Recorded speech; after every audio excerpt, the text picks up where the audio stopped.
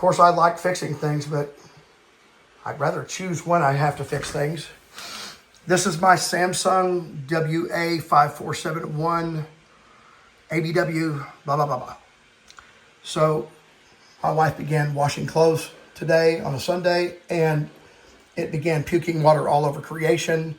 So I took the 4 10mm head screws out the back of there and there, along with the little brackets, and then popped the front off and couldn't see anything. So I took the back off, which involves 4 more screws, and then you kind of have to fold this thing out because it slides in here, here, and then 2 on the bottom, right here and here. And what I discovered was this little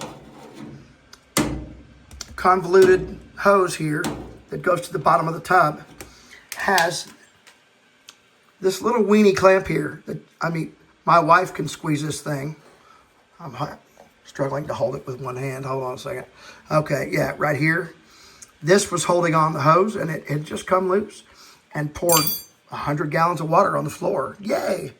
So I replaced this with a constant tension clamp. I don't think I have any more constant tension clamps. I'll see if I can show you the head on this thing. There you go. There's the head on it. But this thing will take like 50 pounds of torque without, foot-pounds of torque without stripping or breaking. It is a monster. And then I just put conventional clamps on the rest of it because that's all I had that were that size. So I expect this thing to never pop a hose off. I'll probably order replacements. I think it would be good practice for every 10 years to replace these hoses since they are just basic rubber. And I don't know. I mean, if they're butyl rubber, they should last longer, or maybe some good EPDM. But these are pretty thin wall rubber hoses. So I'm going to suggest you replace them every 10 years at least. So I'm going to order some more. I'll pull it back out and replace them. But in the meantime, this is the fix. I'm going to leave these clamps on here until this machine's completely dead.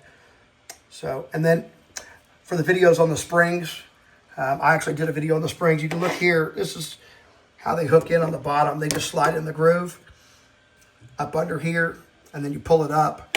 There's one there, there's one there, and then there's 2 across the front.